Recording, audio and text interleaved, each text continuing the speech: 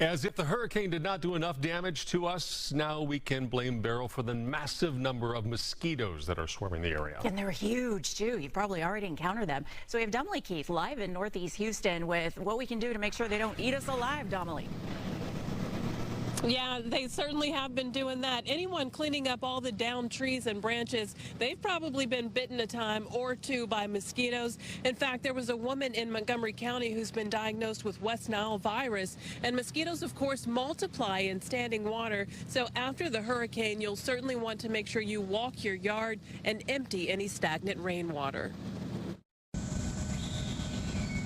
Wildlife of all kinds may not be hard to find after the hurricane, particularly these blood-sucking beasts. The mosquitoes are really bad. It's like Jurassic Park, you know, where you're stuck in the kitchen and they're tapping on the glass. We count down the kids before you run out of the house. We've just had the hurricane come through. It dumped a lot of water on us, which means we have a lot of standing water in puddles, plant pots. And when you have a lot of standing water, that means a lot of mosquitoes, especially with the temperatures as warm as they are. But after it rains really bad, it's just clouds of mosquitoes, especially back by the green belt where the water doesn't dry. Yeah. There are a couple other mosquito-borne diseases that we're keeping an eye out for. Those are mostly in the Caribbean right now, and they are called Zika and chikungunya. We haven't had any reported cases in Texas to my knowledge, but it is just a matter of time.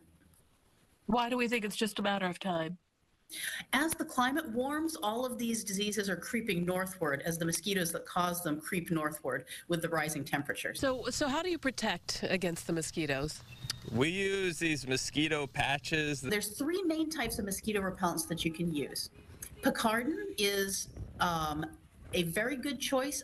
Then you have DEET, which it smells like DEET. It is oily, but it gives really robust protection against both mosquitoes and ticks. And the third main kind is called permethrin. Now, this isn't something you apply to the skin. It's something you spray on your clothes. What is this?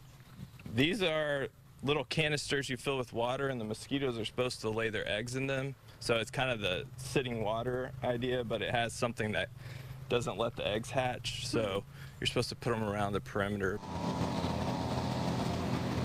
Now, if you still have more cleaning up to do outside after the hurricane, Dr. Yancey says another way you can protect yourself from mosquitoes is to make sure you wear a hat, long sleeves, pants, and closed-toed shoes. Reporting live, I'm Damali Keith, Fox 26 News.